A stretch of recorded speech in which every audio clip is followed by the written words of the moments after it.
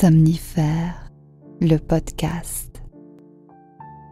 C'est en l'amour que toute laideur se découvre une beauté, écrit Yasmina Khadra.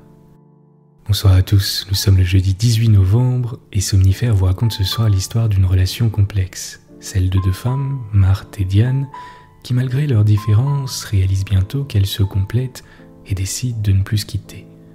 C'est une nouvelle intitulée L'une par l'autre de Maurice Leblanc, l'auteur d'Arsène Lupin dont nous découvrirons prochainement un nouveau volet. Un bonne nuit tout spécial ce soir à Romain de Lantrillac, Chantal de Bruxelles, Héloïse et Léa de Paris, Antoine de Saint-Nazaire et Charlotte d'Issy-les-Moulineaux, et merci d'avoir partagé Somnifère sur vos réseaux sociaux. Plus d'infos en description de cet épisode. Je vous souhaite une excellente nuit, un excellent week-end, et maintenant place à notre séance de relaxation. La séance de relaxation. Notre séance de relaxation ce soir est destinée à laisser aller. Laisser aller les tensions, les inquiétudes, les tracas, qui appartiennent soit au passé, soit au futur, et simplement se réfugier dans l'instant présent. C'est-à-dire nous, en ce moment, dans notre lit, avec rien à craindre, rien à attendre, et rien à faire d'autre que de déconnecter.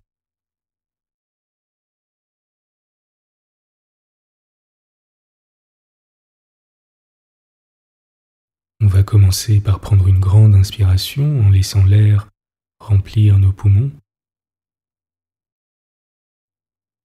et en relâchant toutes les tensions à l'expire.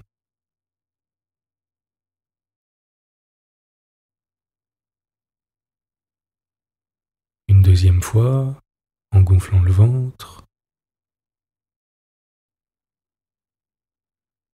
et en relâchant tout le stress à l'expire.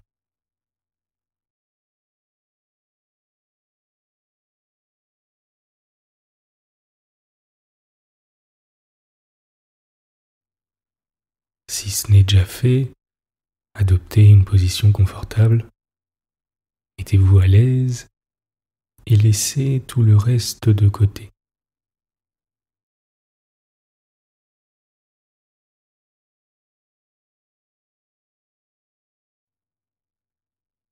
Je vais vous demander dans un premier temps de porter votre attention sur votre visage et d'en relâcher tous les petits muscles. Ceux de la mâchoire,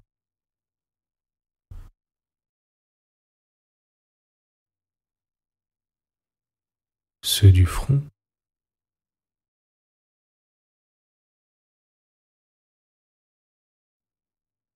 ceux de la lèvre supérieure et de la bouche,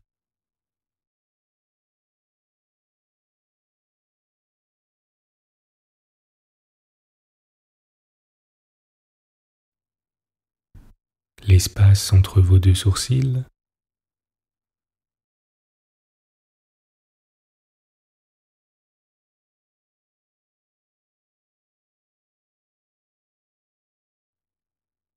les paupières.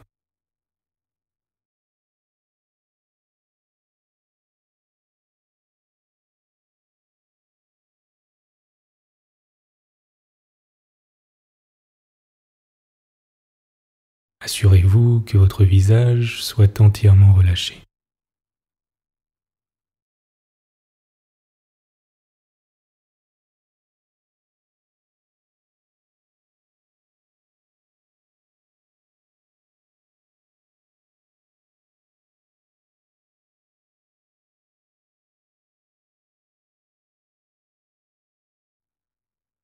À présent, laissez cette détente se manifester par une couleur que vous trouvez agréable, le violet par exemple, et se propager progressivement au reste de votre corps, en commençant par la nuque, le cou et les épaules,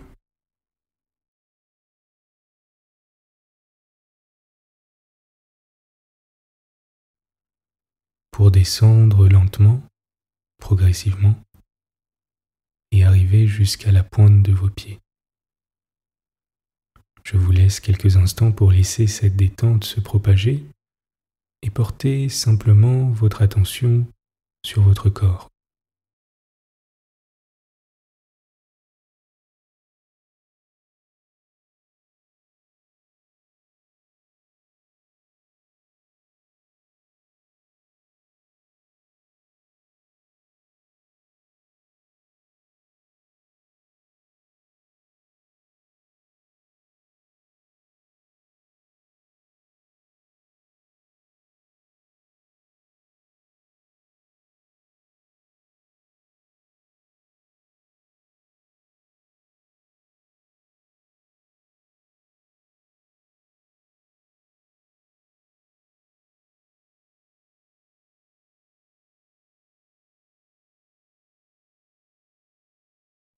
À présent que votre corps est entièrement détendu, portez simplement votre attention sur votre respiration.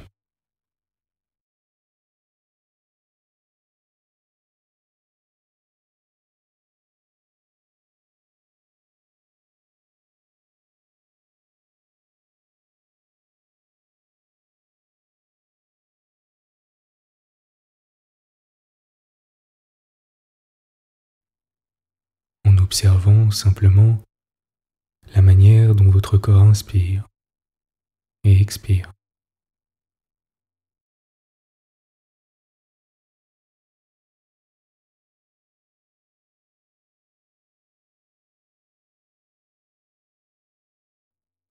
Les mouvements que cela provoque.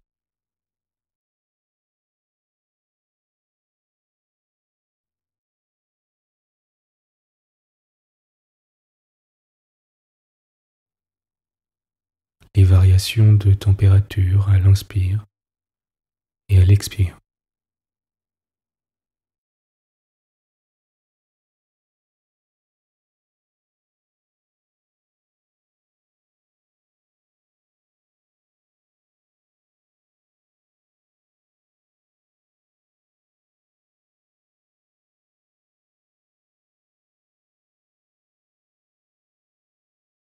Observez simplement le flux de votre respiration, calmement, en douceur.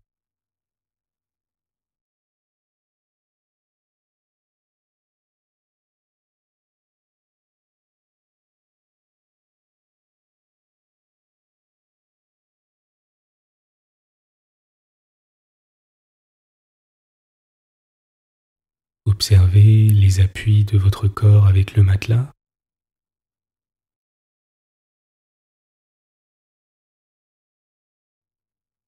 Et appréciez le fait d'être simplement là, dans le calme, en paix.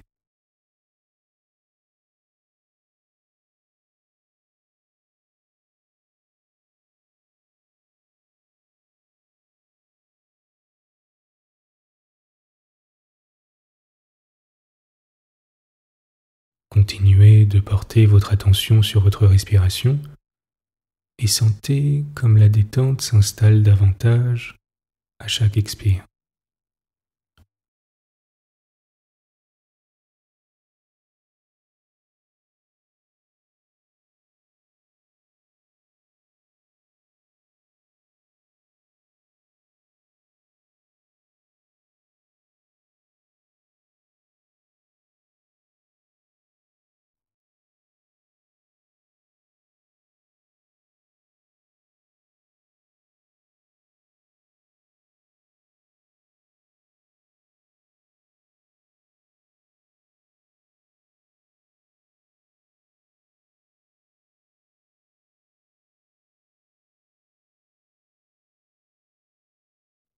Vous êtes calme et détendu.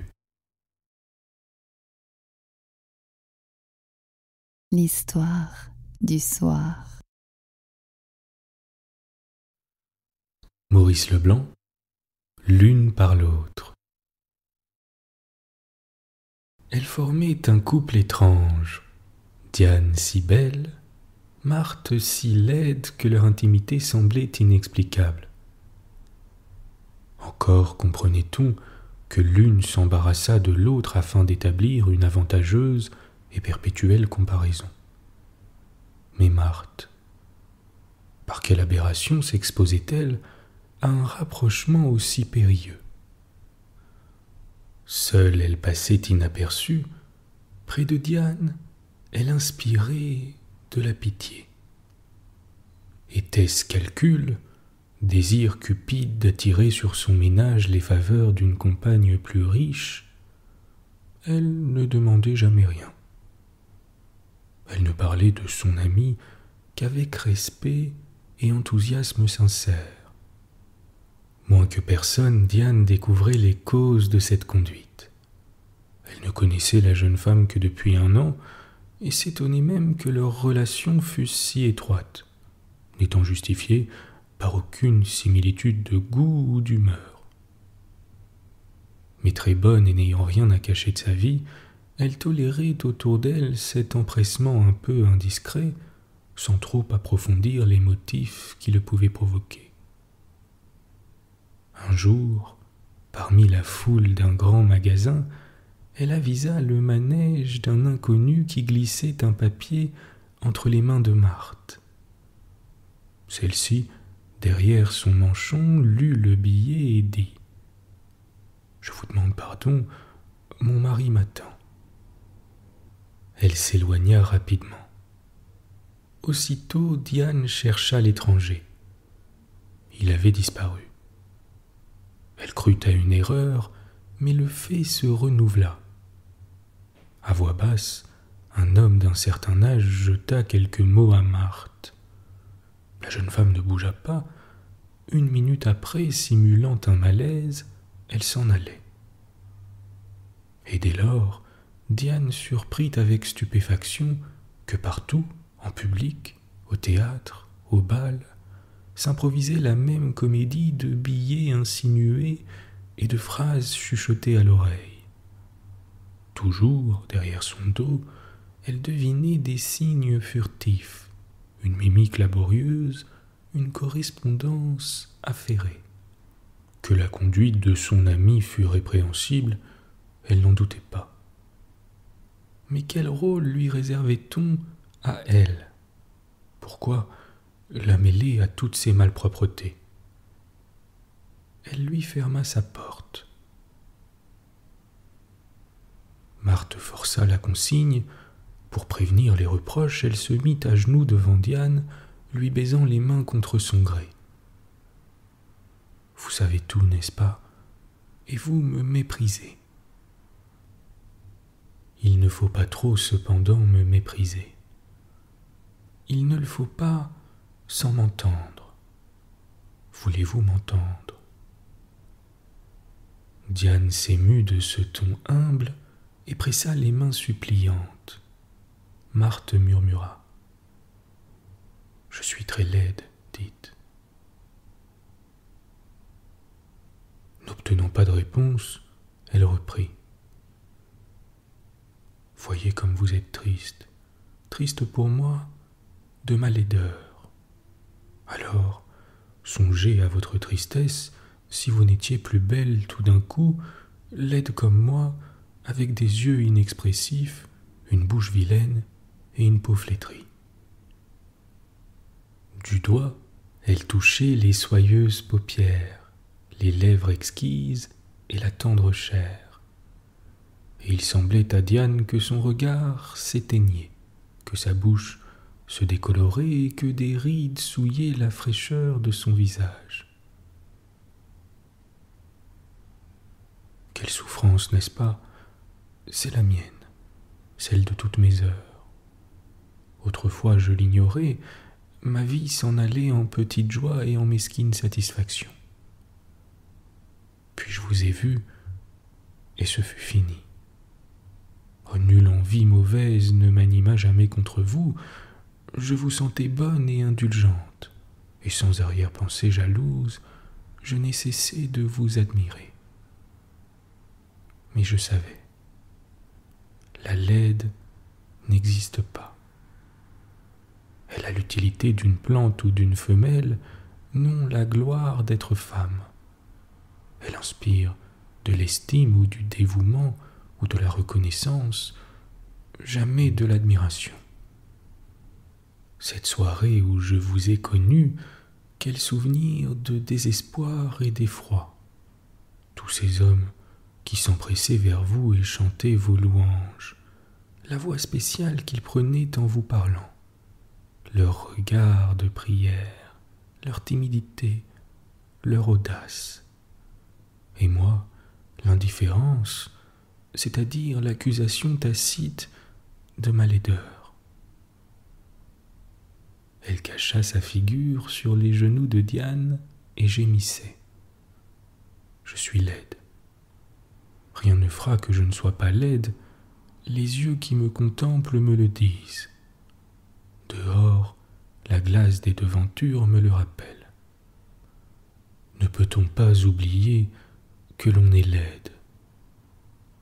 Elle releva la tête. Je l'ai tenté, Diane, et souvent je réussis grâce à vous. L'espoir m'en vint à notre seconde rencontre. Cette fois, ma souffrance se complique d'une certaine joie bizarre. Écoutez ceci. Le parfum des compliments me grisa. C'était à vous qu'il s'adressait, certes, mais moi, j'étais près de vous, et l'atmosphère enivrante, nous la respirions toutes deux également. La voix que vous entendiez, je l'entendais, et les mots, et l'inflexion, et je voyais comme vous les yeux ardents et les gestes nerveux. Après un silence, elle dit : « Si vous saviez comme nous acceptons aveuglément l'illusion, nous les disgraciés. Nous tendons la main sans honte à l'aumône bienfaisante. Et ainsi, j'ai vécu de ce que l'on vous offrait. Dans les gerbes d'amour qui s'élevaient sous vos pas, j'ai cueilli ma bonne part. J'ai volé des étincelles aux flammes du désir que votre chair allume. Et le vin de passion que vous dédaignez, je l'ai bu, moi, de mes propres lèvres avides. Comprenez-vous, parmi ces hommes qui vous obsèdent, il en est que votre froideur rejette vers moi, confidente de leur peine. Il en est d'autres qui se sacrifient pour me mettre dans leur jeu. Il en est aussi pour qui rejaillit sur moi un peu du reflet de votre beauté, et je leur appartiens. Et je suis presque heureuse, vous entendez, heureuse, car dans la comédie obligatoire de l'étreinte, il feigne d'oublier ma laideur, et je l'oublie, moi, et je ne suis plus laide parfois, je ne suis plus laide. Elle sanglotait dans les bras de son amie. Diane rêvait, compatissante et troublée. Un torrent d'idées grondait en elle, et se penchant, elle dit : « De quoi donc parlez-vous ensemble ? » « Oh, de vous, tout le temps. Ils crient leur extase, et moi-même j'éloigne leurs pensées de moi. Et ils pensent à vous en m'embrassant, et ce sont des baisers fous, ceux qui s'adressent à vos lèvres. » Vers Diane montaient comme un hymne ces paroles ardentes. Les mots la brûlaient ainsi que des caresses. La vie lui apparaissait sous d'autres couleurs, compliquée de joies nouvelles et de voluptés différentes. Cette vision ne la tentait pas, mais elle en voulait cependant soulever le voile.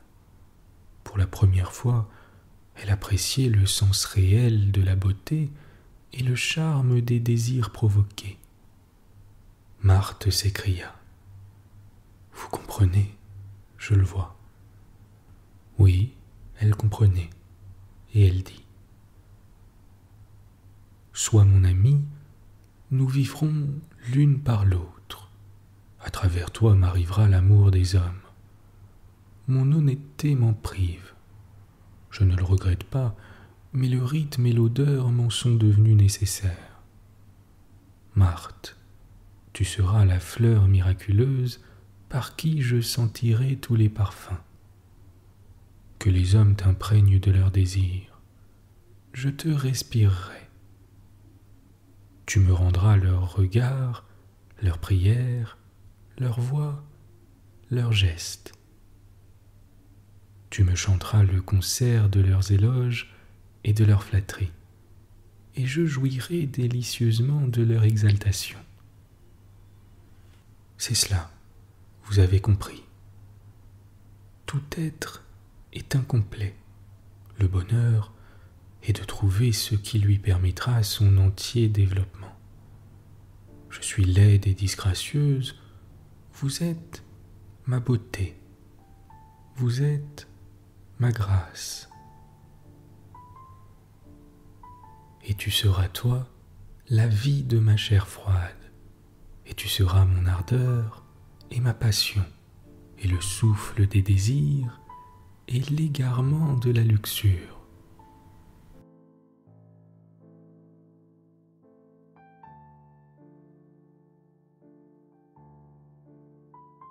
Bonne nuit. Bonne nuit.